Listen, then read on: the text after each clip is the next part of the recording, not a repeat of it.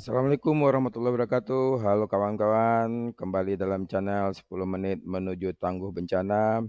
Kali ini kita akan membahas sebuah topik yang sangat penting untuk masa depan kita, terutama masa depan anak muda Indonesia, yaitu tentang volumetric. Nah, saya yakin sebagian dari anak muda Indonesia tidak terlalu familiar dengan istilah ini, tapi jangan khawatir. Kita akan membahas secara mendetail, mulai dari pengertian hingga bagaimana program ini diterapkan di Indonesia.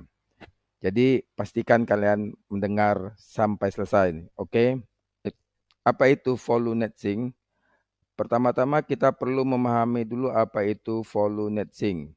Volu adalah singkatan dari Forestry and Other Land Use, yang artinya kehutanan dan penggunaan lahan lainnya. Nah, volumetric merujuk pada kemampuan sektor kehutanan dan penggunaan lahan untuk menyerap karbon dioksida atau CO2 dari atmosfer dan mengurangi jumlah emisi karbon yang dilepaskan ke udara. Jadi bayangannya begini, setiap kali kita membakar bahan bakar fosil atau melakukan aktivitas lainnya yang melepas CO2, gas ini akan menumpuk di atmosfer dan berkontribusi terhadap pemanasan global. Nah, hutanlah yang menyerap CO2 ini dari udara dan menyimpannya dalam bentuk biomasa seperti di batang, akar, dan tanah. Dengan begitu, volumetric bisa membantu mengurangi jumlah karbon yang ada di atmosfer, menstabilkan iklim, dan mengurangi dampak dari perubahan iklim. Oke, bagaimana volumetric ini bekerja? Untuk memahami lebih dalam, mari kita lihat bagaimana proses ini bekerja. Pohon dan tanaman hijau melalui proses fotosintesis, di mana mereka menyerap CO2 dari atmosfer dan mengubahnya menjadi oksigen dan glukosa. Sebagian dari karbon yang diserap itu disimpan di batang pohon, di daun, dan di akar pohon, serta dalam tanah sebagai karbon organik. Nah, proses ini disebut dengan proses penyerapan karbon. Namun, ketika hutan ditebang dan lahan dialihkan fungsi menjadi area non-hutan seperti perkebunan atau permukiman, karbon yang tersimpan di pohon dan di tanah bisa kembali dilepaskan ke atmosfer. Hal inilah yang menyebabkan deforestasi dan perubahan penggunaan lahan menjadi salah satu penyumbang besar emisi karbon global.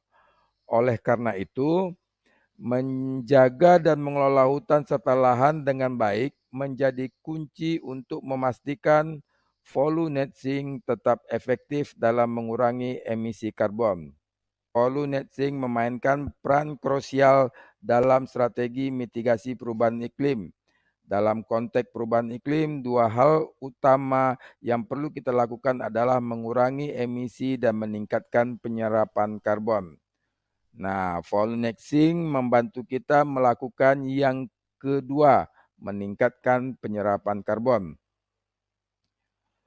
Oke, selain mengurangi CO2 di atmosfer, volumetric juga membantu menjaga keanekaragaman hayati, melindungi siklus air, dan mendukung mata pencarian masyarakat yang bergantung kepada hutan. Dengan kata lain, volumetric tidak hanya penting untuk stabilitas iklim, tapi juga untuk keberlanjutan ekosistem dan kesejahteraan manusia.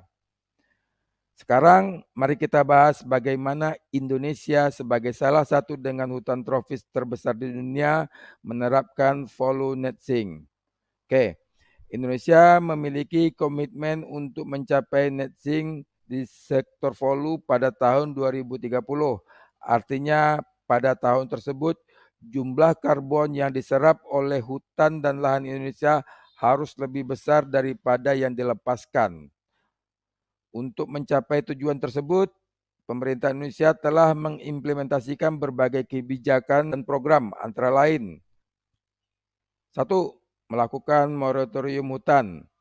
Pemerintah memberlakukan moratorium atau penghentian sementara pemberian izin baru untuk membuka lahan hutan primer dan lahan gambut.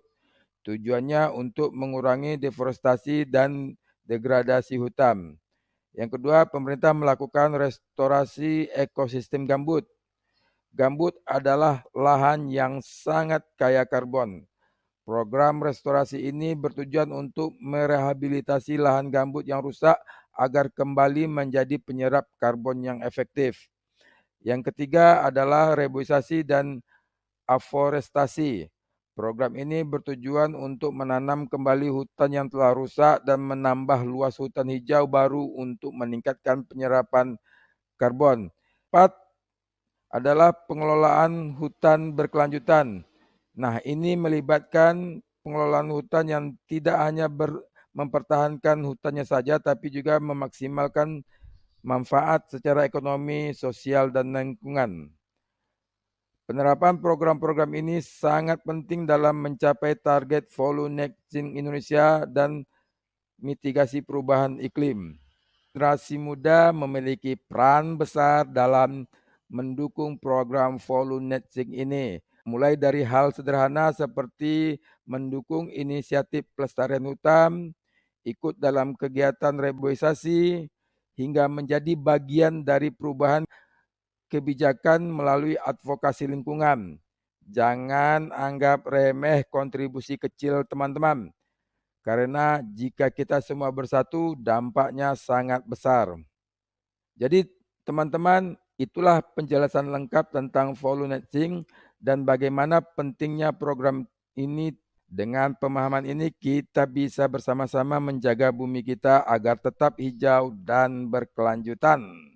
Ingat, masa depan bumi adalah di tangan kita, terutama Anda generasi muda. Tindakan kita hari ini menentukan dunia seperti apa yang akan kita warisi ke depan. Terima kasih untuk yang sudah mendengar konten ini sampai selesai. Jangan lupa like, share, and follow supaya konten ini bermanfaat. Saya Fadil dari Yayasan Jejalak Semana.